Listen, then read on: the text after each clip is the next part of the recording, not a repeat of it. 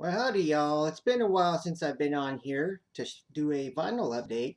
So I just thought I'd pop on and say hello, check in with y'all, and show you some of my records I've been picking up. My records I've been picking up. And I got quite a stack here.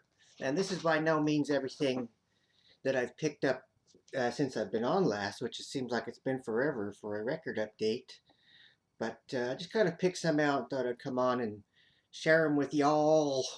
And maybe I'll come on and show some more sooner than the last time I was on.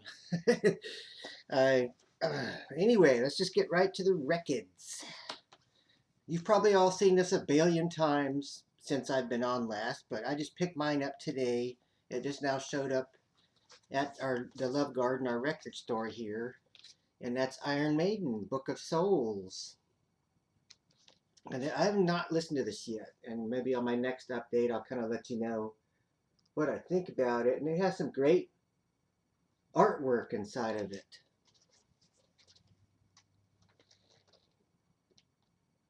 Really, it's almost appropriate for Halloween there with old Eddie. And the labels are really nice too. There's one of the labels. The inside labels. And also, every time I seen this next record, it was always way too expensive for me to get for the original, or too much that, I didn't want to pay $50, $60 for it. So recently, I guess I finally found a reissue of Jane's Addiction. Nothing Shocking. And this is a very good record. I remember listening to this when I was in college, but I had it on cassette tape at that time, and I had my Walkman. Actually, I still have my Walkman. I don't have an MP3 or iPod or anything like that. I don't even have any music downloaded onto my phone.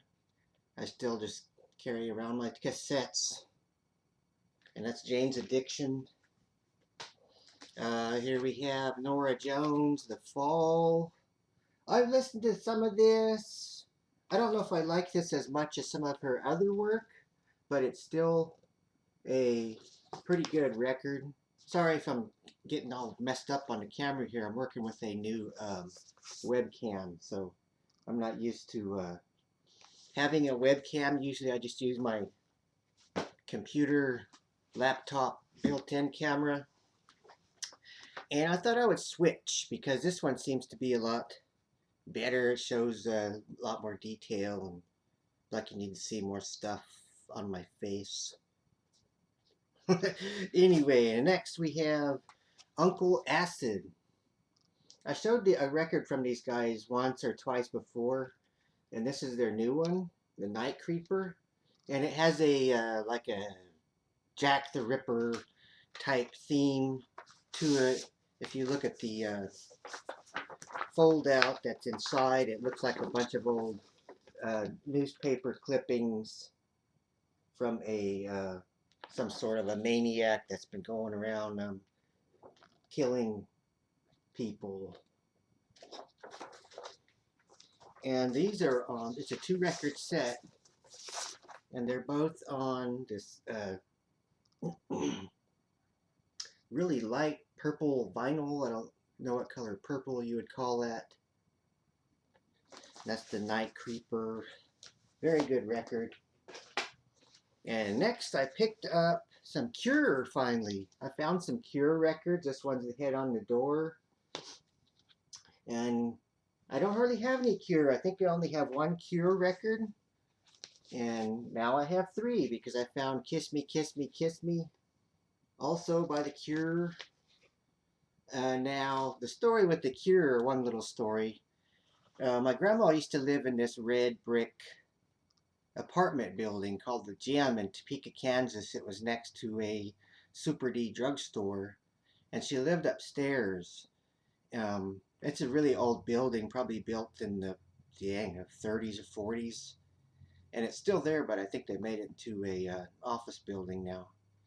But at that time, when I'd go visit my grandma there, there's this girl that lived across the hall from her and my uncle. And when I seen her in the hallways and stuff, she was always dressed in all black, the black lipstick, the hair dyed black, black fingernails. She was like this goth type girl. And when she'd leave her apartment or go in, I don't know what she was doing, but she still had her music blaring whenever she'd come and go, or even with her door shut. And that's what she would be playing. I remember coming out of her apartment across the hallway was The Cure, and that was my introduction to The Cure. I didn't know who they were, but I remember hearing that music, and then later on I heard it on alternative radio station when I went to Haskell and KU here in Lawrence, and I dug The Cure, and now I finally have a couple of albums. They seem to be really hard to find, at least in my area. I've seen them once or twice before, but they're always all ripped up and stuff. Um, just like old rock albums did the same thing. I guess the goth people were a bunch of dirty dopers too.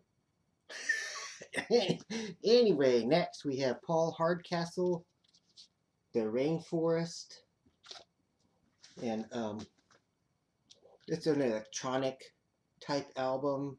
I've liked some of his other work better than this one, but this one's alright. Paul Hardcastle, Rainforest. Now we're going to the from the Cure albums down. We're going through the used section of what I got, and we have the best of Otis Redding.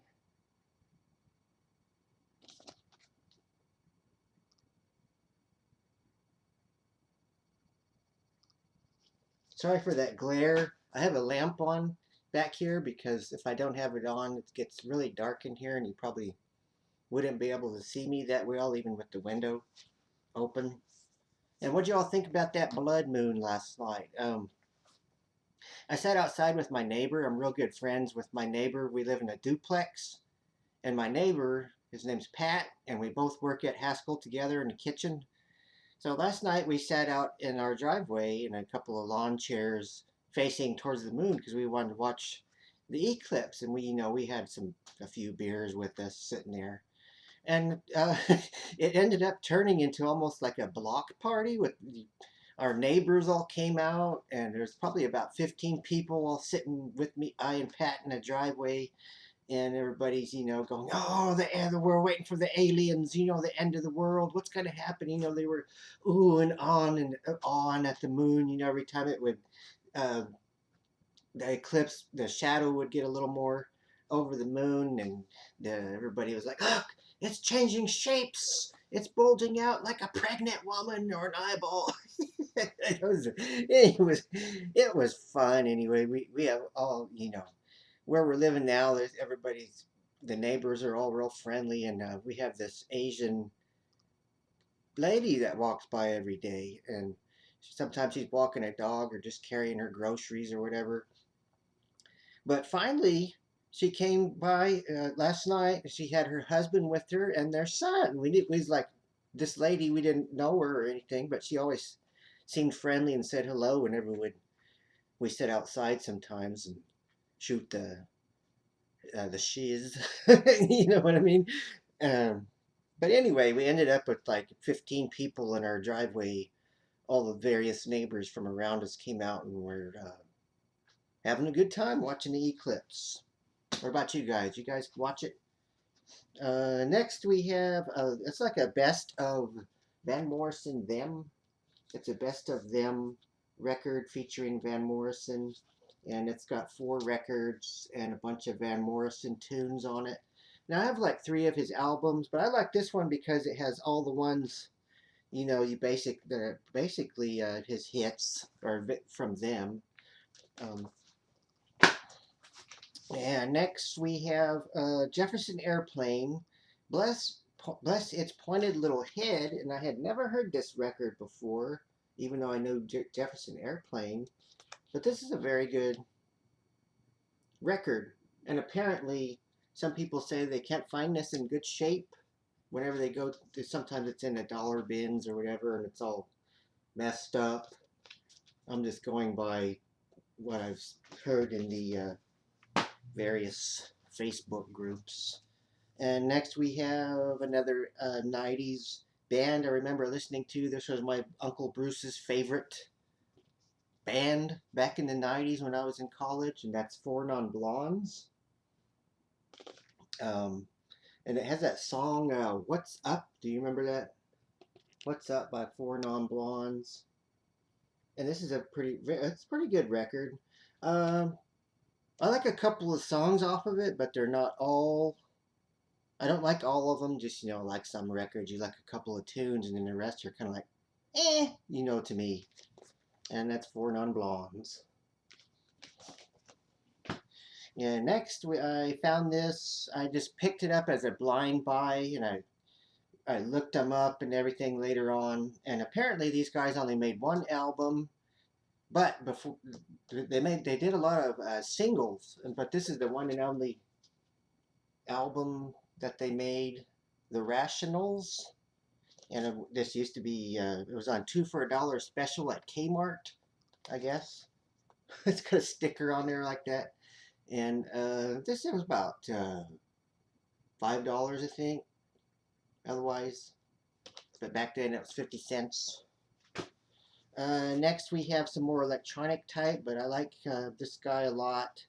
Even his new stuff, if you haven't heard Gary Newman's new things, I'd look him up. And this is Gary Newman, Living Ornaments, 1979.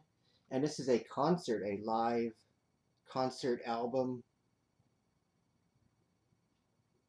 And it has pretty much, his hits from back in those days. The Cars and those Cars and that type of stuff on it. And next we're going to have the oddball section. And first we have Deep Voices, The Sounds of the Whales. And this is just whale calls. I'm into poetry, so I found Dylan Thomas reading his complete recorded poetry.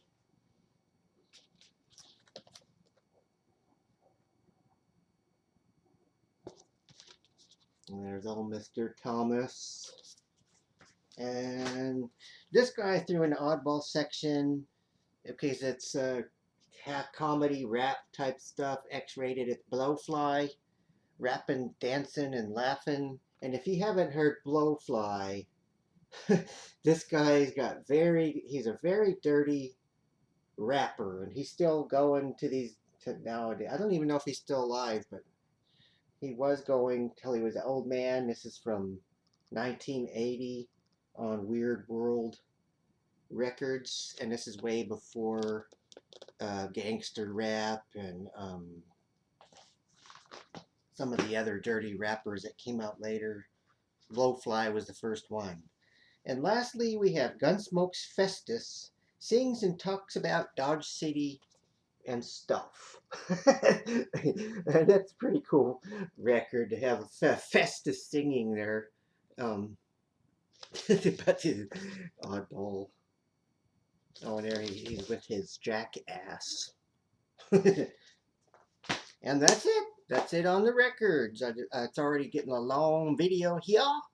And I just thought I'd come in and check in with you guys. I hope you still are all doing good and better these days. I'm doing better.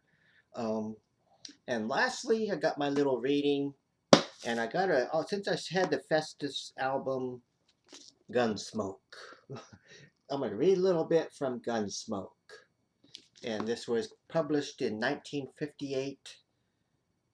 Authorized edition featuring Matt Dillon, Western Marshal of the CBS television and radio programs.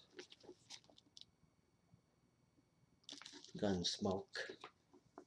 And it had some cool, like, old Western illustrations in there and stuff. This was $6 at our antique mall. And I'm pretty sure this is there's probably a whole series of these. And this first part, I don't know if I'm saying it right. This is supposed to be a parrot talking. Filthy lucre, filthy lucre, screeches a parrot as he drops a silver coin into the outstretched hand of a 14-year-old boy. Is this one of the silver dollars for which a kindly old man has been brutally murdered? And what is it doing on the property owned by Jan Gant, the boy's ex-convict father? Had Jan needed money badly enough to murder for it? And where is the rest of the money now?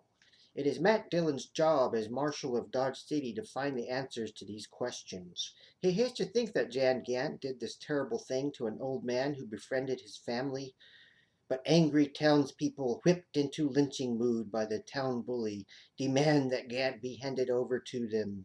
Working against time, Dillon and Deputy Chester Good track down some promising clues. An unexpected turn of events and a clever guess on Dillon's part bring out startling and conclusive evidence, and when the gunsmoke clears, there is no doubt in anyone's mind as to who is the real culprit. Colin, over and out, and Weirdos Unite.